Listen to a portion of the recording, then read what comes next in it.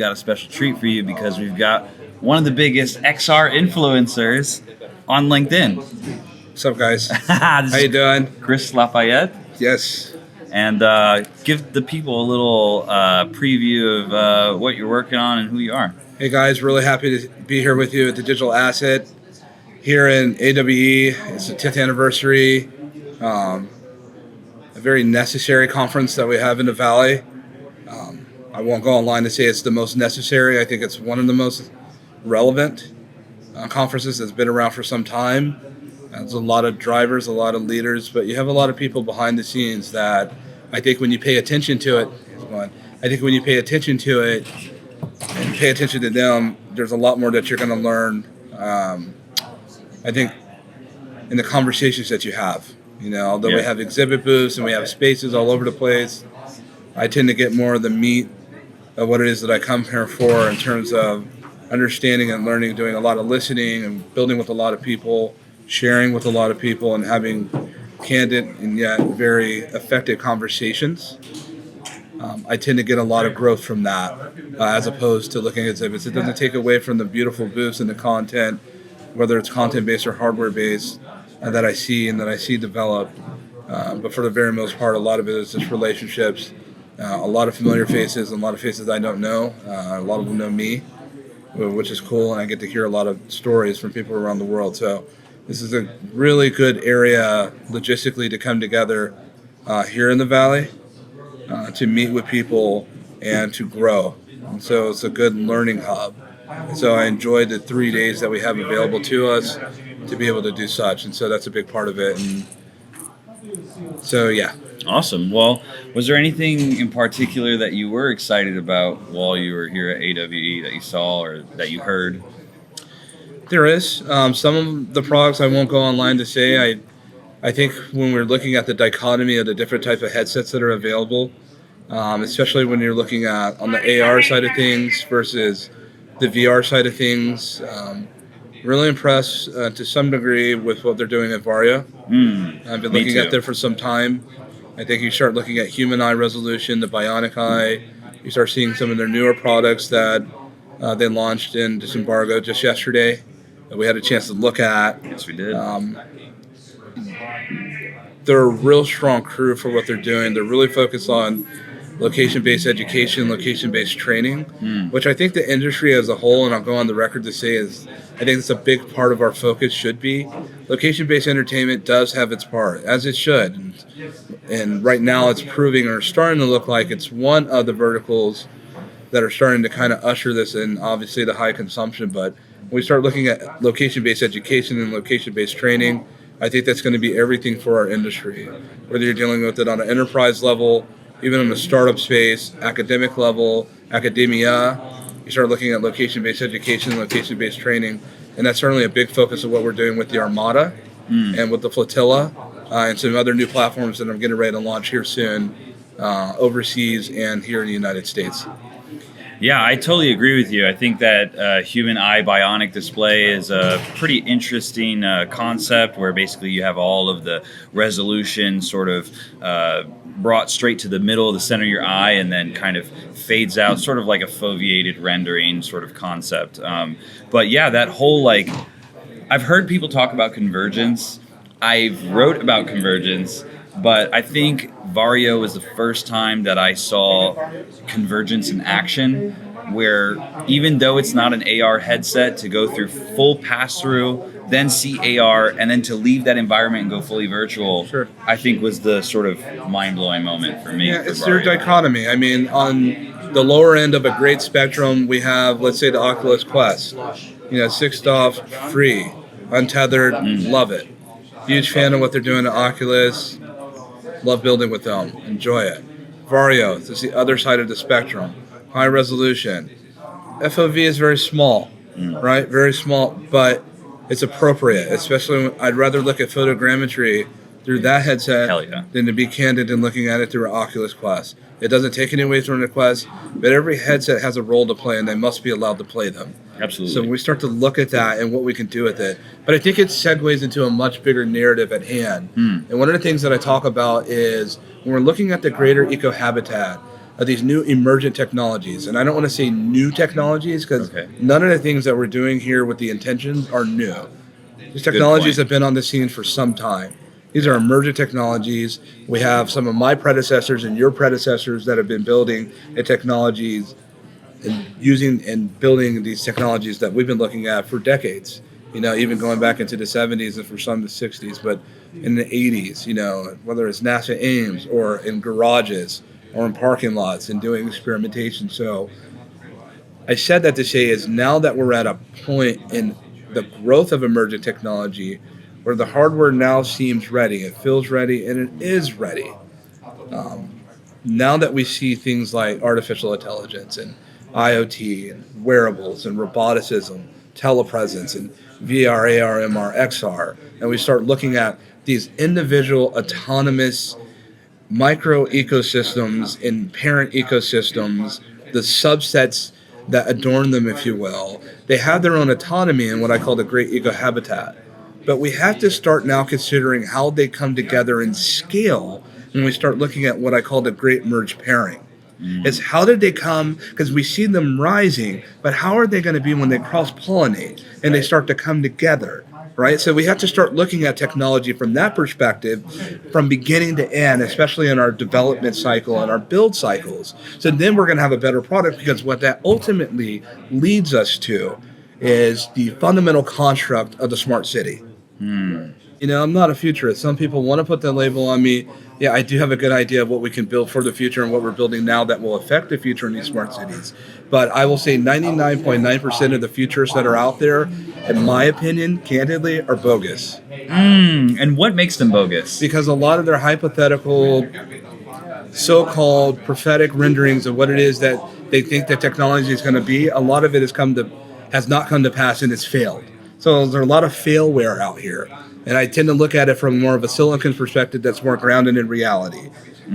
There's not enough data that supports a lot of the claims of where they say the technology is going. And right now, when we start to look at data, having appreciation for data, aggregating that data and reading that beyond vanity metrics, then we'll have a better sense of where we're going. But incrementally, because of the merge pairing, we don't necessarily know where we're going with the smart city. Sure, we know there's going to be autonomous systems. Sure, we know there's going to be a considerable amount of machine learning. We know there's going to be embedded with deep learning. We know that there's going to be interactivity. And, look, the whole earth right now is machine readable with AR cloud, right? And so when we start thinking about at a magnitude of the smart city or the smart planet, let's not just regulate it to transmetropolitan cities. We start thinking about the smart planet. What does that actually look like? How does that manifest? What does that look like? What does that sound like? What does that feel like? How does it breathe? And is it embedded with culture? We don't want to start doing a lot of guesswork, because VCs are gambling on some of the worst products I've seen them gamble on in years. Because they're not, look, the VC's not the technical expert. Of course. But the VC is getting sold by people that are so-called technical experts. I prefer to start seeing more better investments, and there are a lot of good investments that are coming out there. But until we start getting more data, even in the XR space, until we become better teachers, we use these acronyms so loosely. VR, AR. Go in this space, in AWE, sure, that's fine to start talking about spatial computing. But let's take it to where it's at. Go ask somebody walking down the street if they know what spatial computing is. Okay, let's go down a notch. Go ask them if they know what VR and AR is. Go ask someone what virtual reality is, and if you ask them and say, is that a 90s video game? So we have to be better teachers of this technology and to communicate that if we're ever going to scale and build this technology. And we haven't really been good stewards of that, and we sure haven't done a good job of that. I totally agree with you, and actually it's funny, I think I was streaming about this yesterday. Now, I kind of took a different approach, slightly different approach, but I was talking about how VR caught a bad rap as a term for the video. Oh, that's for video games. In fact, we were just talking about it the other day, and you showed this to somebody's mom, and they're like, oh, that's a video game. I don't want that. Not the computer. And then the same thing, AR. Most people don't know the term, but if you say like face mask or something like that, then they may know it. So in a way, spatial computing to me does grant at least the term computer. Sure. And it gives a variety of use cases where virtual reality feels like game and AR feels like mask. Sure. So if it's not spatial computing, and I'm ready to get rid of the term as well, because there's no for lack of a better term, but how do we allow people to respect it as just the computer? Keep spatial computing. Okay. Don't abandon it. Adopt it. XR? Delete it or not? To us, for our peers, keep it. Okay. So the community, but not the marketing. And it's a very, and we have in our industry, we can use it as a colloquialism. But in the greater scheme of things, we have to be better stewards of talking about what these acronyms and what these terms actually mean, and for what when it comes to consumption. Sure. And then you want to take a little bit farther. FOV, 6DOF, all that stuff is, to a consumer IPD, who's looking on the right? back of a box, it's like you gotta go to school first before you can figure out how to use this thing. I hear it, I see it, I hear I hear fellow colleagues communicate this technology openly, as if everyone is supposed, and with their intent to speak openly. Now, if you're addressing a specific vertical audience, fine. Yeah. All's fair with it. Sure. But if you're openly communicating this, I know that when I'm communicating to an audience that I know that I have, I do my level best to some degree to communicate to them in a way that I think that they can empathize and would be able to appreciate it, as opposed to communicating on a higher term level. Just imagine if you went to your doctor's office and they started talking like they do to their peers. That'd be a pretty bad situation for you, right? Yeah. So if we start to look at it, manifestations change, principles remain the same. We should now start doing that when it comes to emerging technology. And that's what I'm getting at. So it's not necessarily Chris's gripe, but I think it's something that's an observation that will make us accelerate. Because I do believe this. Of all the emerging technologies, I believe the most important emergent technology that we're missing out on right now is communication. Technology or communication is a technology in and of itself. And if we bridge that gap, then we bring ourselves much further in a higher accelerated fashion to understand one another and to build better products and better services. Well, it sounds like the overarching theme in a way, though, is a messaging issue. So first you have the wording and the terminologies that we're using that is confusing people. But then beyond that, we're having issues with messaging by kind of going maybe too futurist and communicating things that are 10 years down the road right now. So how do we appropriately balance things when we must excite people and bring attention to this thing, but at the same time you can't overhype it and Sure. How do you make it safe? I mean, we have an optics issue as well. We mistake CGI for true technology. 30%, 40% of what I see just on LinkedIn alone is a CGI problem. And I can start naming names, but I really don't want to go there. But I know what you're talking about. I know you do. So I know you do, man, brother. I know you do. And so, but when I start to look at it, authenticity. I don't know how it is for other people, but I'm a fan of authenticity, and I tend to think that from where I'm from, authenticity sells. I will also say that culture sells, right? If we start looking at inclusion, if we're going to extend reality, let's not forget to bring reality with it. So I have for me, a big part of jumping into this XR thing and creating content and media has been really about seeing that there isn't a lot of culture being built around a technology. So to just give a quick backing of what I mean, when the fire was a technology, the camera was a technology. It was the photography created a culture.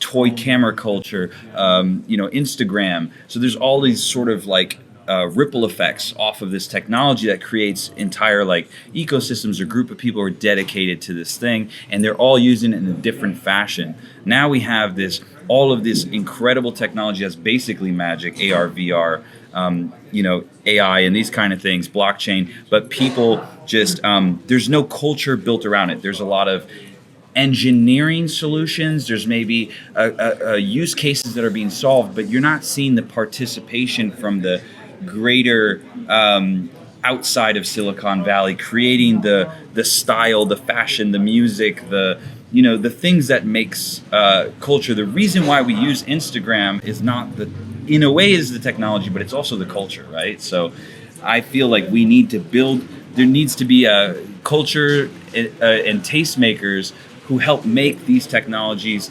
usable and functional in a way that works within a personal culture outside of business. And that's kind of what's going to scale, in my opinion. I think to that point, when we start to look at where we're at in real time, you really want to hire the people that you want to buy your products. Sebastian, we have to do a better job of that.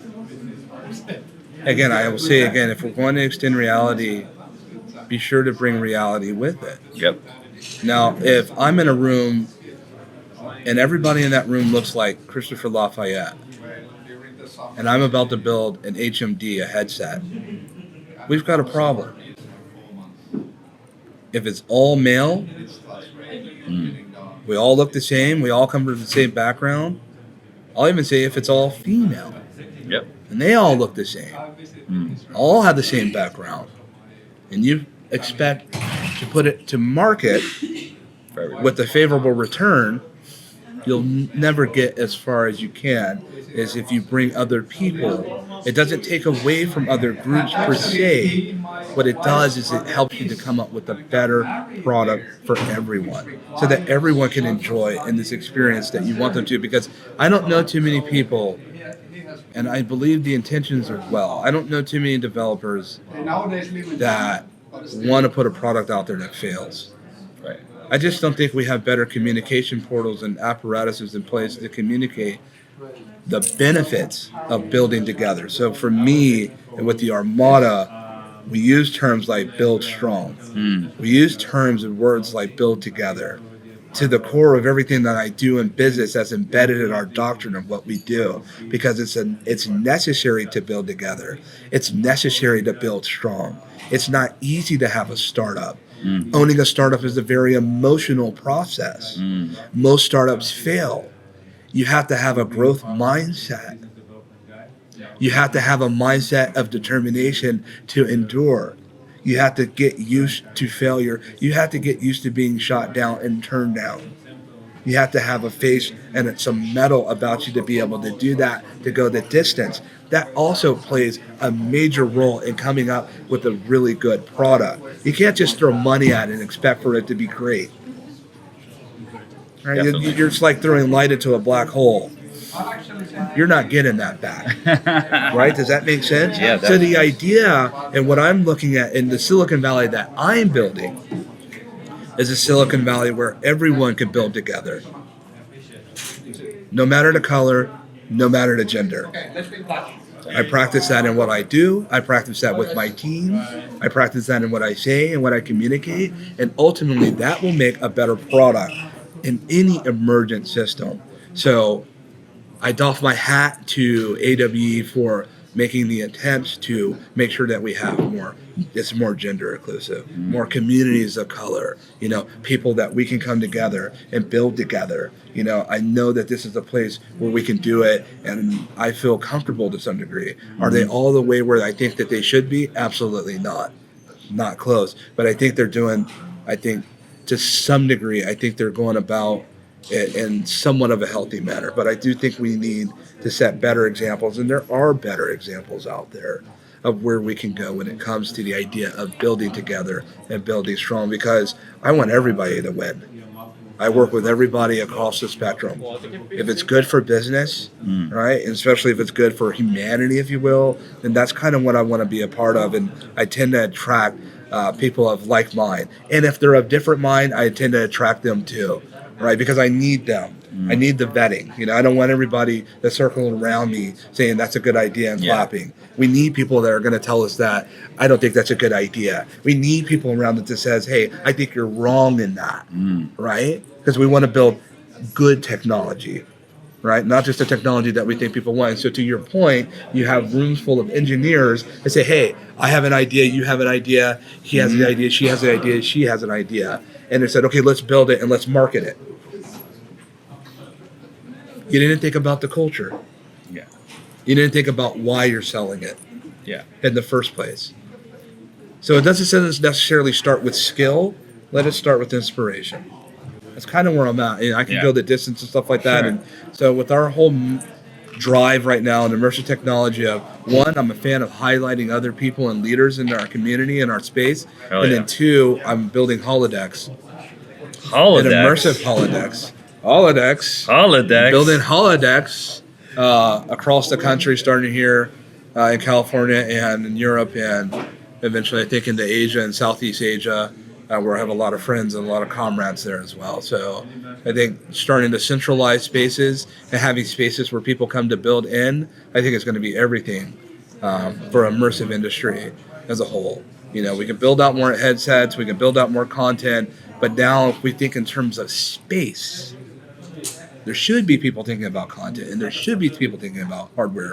There should be people building content, and there should be people building hardware. But what about the spaces in which to do it? We wouldn't enjoy Android and iPhone not nearly as much in the applications if we didn't have those phones. We wouldn't enjoy LinkedIn. We wouldn't enjoy Facebook if you didn't have an iPhone or an Android. That's right. So when we think about housing and space, we have to start thinking about what's the original intent of those with the 6-stop headset? Are you going to sit there and do it at a table? If you have to, that's fine. Right. Wouldn't it be better with clear, uninterrupted, wide, roaming, free space? Spatial sound and haptical systems, head to bottom. So when we start thinking about where we experience XR, that's the next thing to start to think about. And then the merge pairing of how that works with immersive intelligence, how that works with immersive fintech. What does that look like, Sebastian? What does it look like? I does that make sense? Yeah, absolutely. Yeah, I think that here, what's going on in my mind is that you have a lot of engineering resources which I very much respect technical achievement.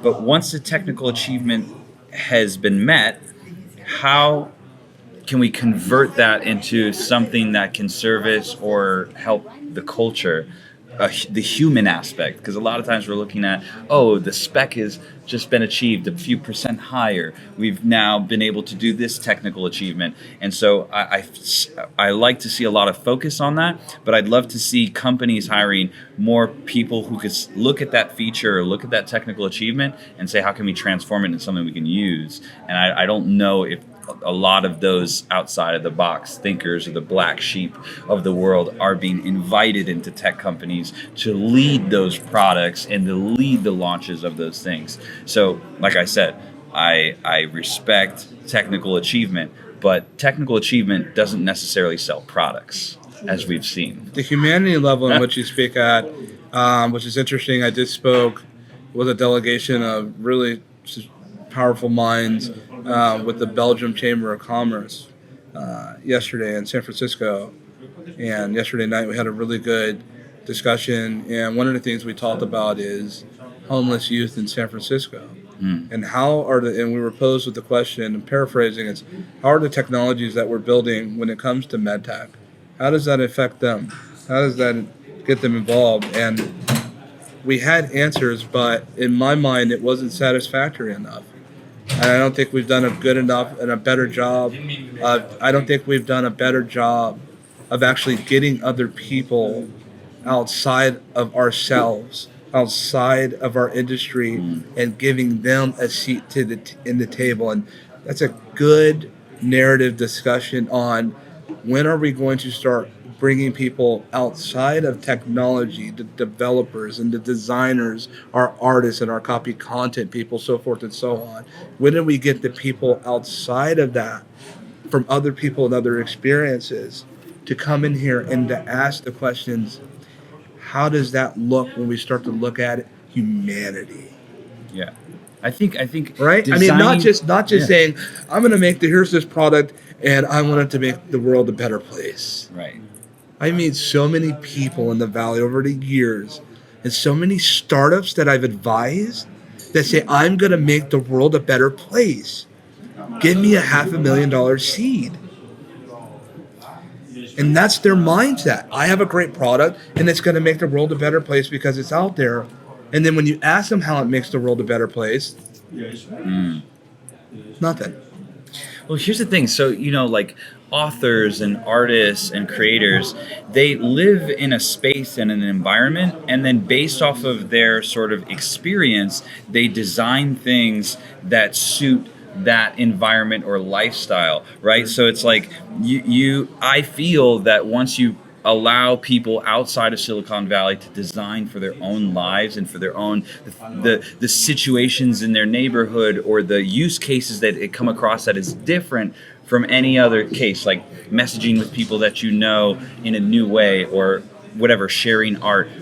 I don't know, I'm not using a specific example, but the point is that I feel like if those people are imported into tech companies, then they can design for the situations they know, and those situations are generally situations that other groups are not familiar with intimately, to the point where they can design something perfectly fit for their situation. Give me more on that. Yeah. I mean, I think that, for example, I think that a lot of the solutions that are coming out are sort of like the generics. So everyone rushes to enterprise and, of course, like health, and that's where all the money's at. And of course, it has a lot of impact. But when it comes to the sort of, the youth, for example, you know what I mean? They're experiencing a whole world that is outside of previous generations. They're communicating with each other in a different way. They are buying different types of products. They have different spending habits. They have a different language. Everything about this generation is different from the past, and so there may be use cases that only those people can realize and solve.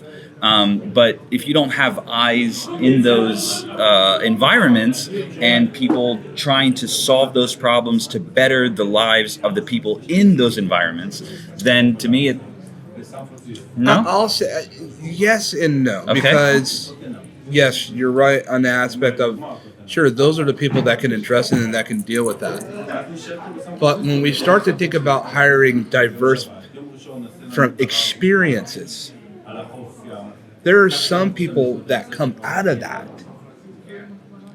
Somehow, some way, they come out of that and they find themselves in a situation that they can contribute to whatever it is that you're building in tech. And as a consequence from them coming from that environment, they are able to be the ambassador or the messenger from that environment natively to convey to the CTO or co-founder or founder and saying, well, from where I'm from, that ain't gonna work.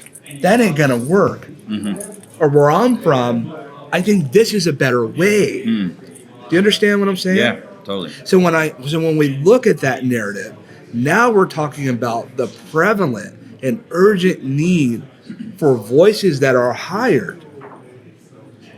Inclusion, equity, belonging, to have a voice to speak about it.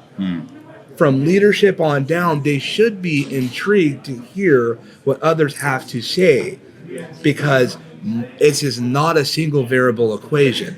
This is a multiple variable equation. Especially if you're trying to create a universal product like a computer, and especially when you're trying to market.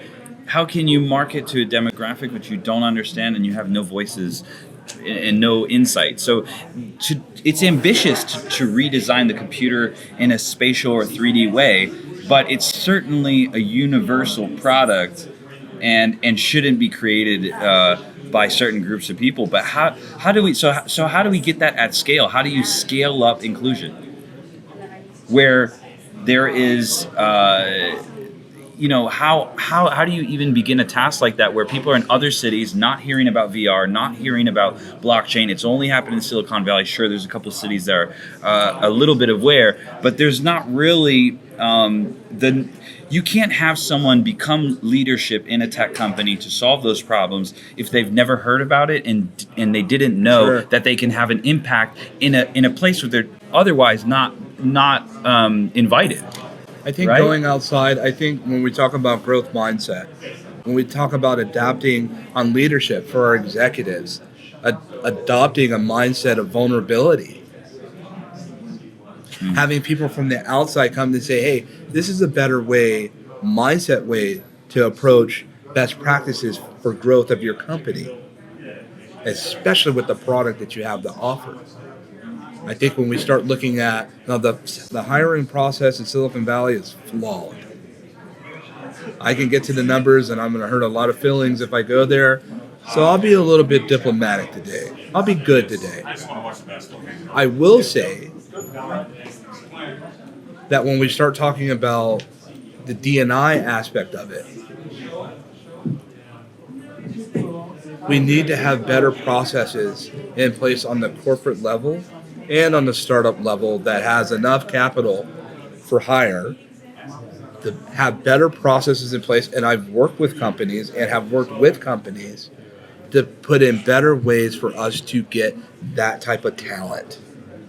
Because now we're talking about hiring talent. LinkedIn, you watching? Think about it. I mean, let's just be honest. I mean, if you start to look, where do you go to get this diverse talent at? So you need to be bringing people to your company that knows where to go, that enjoys relationships with these pipelines, and that's saying, hey, this is a good way to go. Without the fear that, oh gosh, a person that looks like Christopher LaFayette may take my job because of the color of his skin. That's just asinine. Because if I bring something substantive and contribute to your company as the product that you're hiring to add on to your machine, that means I'm going to help your company drive more revenue. And that means your company can hire more people. Because if your company doesn't hire with culture in mind, they're not going to make as much revenue as they can make, and you may not get a job. We're all affected. Sure. We share in this environment. We're sharing the same cities. We're sharing from the same water sources. We're sharing in the same neighborhoods, and we have to be mindful of that, right? And so those are some of the things, but a lot of it isn't a one-off discussion and a conversation. But I'd like to see more places like AWE, if I had to be a little bit critiqued, to address sometimes the uncomfortable situations, because I know there's dozens and dozens of founders here that want to know, what is the road to consumption for this product? Yeah. And a lot of them aren't thinking about that. They're just thinking, here, I've made this product and it's going to sell. Yeah. If you make it, they will come. Yeah. That's not the reality. Tim Merrill put out some data with DigiCapital, but I thought some pretty good information. 5% of our economy in XR is made up of marketers. The biggest bracket was CEOs. I don't have a problem with that. But if 5% is marketing, who's telling the story? Who's getting that out there? So people such as yourself and what you guys are doing with the digital asset is helping tell that story. Yeah. That's absolutely needed behind the scenes, on the front lines. We need more of that.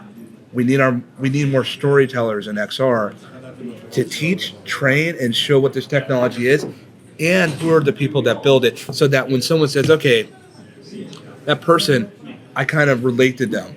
Oh, and they use this technology, that gives me a reason to invest. I have familiarity with that. Because they do come from where I come from. Yeah, of course. I want a company where people can not only if I had a company and I had a product that was only for people that can relate to people like me, I personally would be miserable. I want to put a product out there where it's good for everybody that wants to partake, who it's appropriately built for in the first place. If that makes sense. It does. Does that make sense? It does. So, guys, you've witnessed his brilliance. Now, the question is, what are you working on? You have a lot of information and a lot of things to say, and you always have said great things on stage, and he's part of panels. But what is it that you're working on and putting your lifeblood into? So a lot of what I'm focused on right now is location-based education and location-based training and building. We announced a platform called Flotilla at Laval, France, and Flotilla is essentially holodecks that we're making for the industry and not for the industry. So For the people out there who don't know what a holodeck is. a holodeck, in its very simplest form, is a place where you are able to go experience virtual and mixed reality. And you're able to have free, open, clear spaces. We're able to enjoy it. You can record your sessions, share it with others. You can do a whole training program, share that with others, and share it to the world. I'm doing that not just for the medical sector, but we're also doing that for the educational sector and for companies and corporations. And so that's a big focus that I have and I've had for some time. I built one of the biggest holodecks in Silicon Valley. Yes. Yeah, so I've been watching him on LinkedIn. It was maybe a year ago, I think before last AWE, and he's just building this gigantic. It's the largest in. It's the largest in Silicon Valley. I don't think it's the largest in California. There's another one in LA that I think Intel has a volumetric holodeck that's pretty impressive. Although I haven't been, I've heard great things about it. Yeah. Huge fan of some of the things that are happening at Intel. But we built a holodeck, but now I'm moving forward, and now I'm in the process of building more centralized holodecks throughout Silicon Valley and North America, and working with others so that they can also have a Flotilla holodeck, and working on the educational scene and in the corporate scene for holodeck usage, and working with content creators to be able to create simulations and training experiences, because I just think that's where we're at right now. I like to think outside of the location-based entertainment bracket, which I'm a huge fan. I know a lot of crews and a lot of teams that are throwing down in that space that I think is really cool. But I also don't want us to only look at entertainment as being the savior of XR. I'd like to think that education, right, and training, even outside medtech arena, which is a big part of my focus, but even outside of that, there are other verticals that are just as strong, if not possibly stronger, whether it be for enterprise use or not, that will help usher in this emergent technology. So my focus right now is building holodecks for ourselves internally and building holodecks for other people. Right. And I have some announcements that I'll be making at EICS in Venice, Italy next month. I have a major announcement for that as far as a special particular type of holodeck that we'll be working on, and we'll make the announcement for that. So I'm really excited to share some time and space with them as well in Italy. And those are some of the things I'm focused on beyond advising startups and beyond advising corporations on best practices for not just XR, but for other emergent technologies and applied sciences. So if there was a group of people out there in LinkedIn that would be a good give us a good idea of what are the type of people that you're looking to work with. Are you looking to work with businesses in order to, do the holodecks, or are you looking for, what is the ideal scenario that you're looking for with your business or you're interfacing with? Any companies that are involved in having a higher level of training and are tired of just reading out of books and manuals and having mock sessions with one another and role play. If you want to start getting into a little bit of the metaverse, and you want to start getting in a little bit of XR universe and really start going into the digital realm and space and creating either artificially intelligent NPCs or those that want to create various experiences that will test you on your soft skill development, whether it's for on the retail level, executive and retail management. You know, if you want to be able to create simulated environments with less pressure and room for you to make errors and mistakes and simulations, then hit us up at Armada. If you want spaces that's just dedicated spaces outside your standard office and classroom and living room, to come hit us up at Armada and with the flotilla, really, so that we can actually help you to build spaces that you can move around in and have the liberty to do such. This is a big part of it. So our target focus is any company, corporation, any startup, any educational platform as far as academia that's open to having that for their students or professors. Health and wellness practitioners probably want to hit us up. We're working with all of those we're working with now. And however we can help bring you into that world of XR responsibly, with more attention to detail and beyond the vanity metrics, and we'll let you know what we really can do versus what we can't do. And so we're going to kind of give you some authenticity and always keep it real, right? That's just how we are. He's not a futurist; he's a realist, right? Call him what you want. I'll have to look up the definition and explanation of the realist. Some say that. I just believe in just keeping it tall and keeping it straight up, with this industry. And I think that's why I have some of the people that I know that back me and the tremendous support that I have out there for people, not just on LinkedIn, but throughout the Valley and around the world, that are really for building strong and building together. And so, just keep it real with me and I'll keep it real with you. And if you don't keep it real with me, I'll still keep it real with you. Hey. And that's just what's up. All right. Well, there you have it. We're here at the Augmented World Expo. We had an awesome conversation. We got to have a few more of these because it's just a taste. But so awesome to see all the cool stuff that you're working on. Thank you. Check out the Armada. Check out Flotilla. Check out Christopher LaFayette if you just want to learn and know more about XR for business or inclusion. All of these futurist topics. Might be speaking around in a city near you. I'm speaking around the country, around the world right now. I'm hitting the speaking circuit up, and so looking forward to building with people from Miami to Calgary, the Lethbridge College. Like I said, to Italy, some projects going on in Mumbai, a lot of stuff happening in other states, in Seattle and Oregon and Portland and LA and Austin and ATL and Atlanta and a bunch of other places. So hit me up. I'd love to be able to build with you. Obviously, if it makes sense for us to be able to do such, and I'll give you what I got. So there it is. Make sure you follow him on LinkedIn. This is Christopher LaFayette, and he's with the Armada and Flotilla, and I think that pretty much wraps it up, Cyberpunk. So we're gonna catch you next time, and thanks so much for liking, subscribing, sharing, tagging someone else, and all the rest. And we'll catch you sometime in the future. Love you long time. See you. Take care.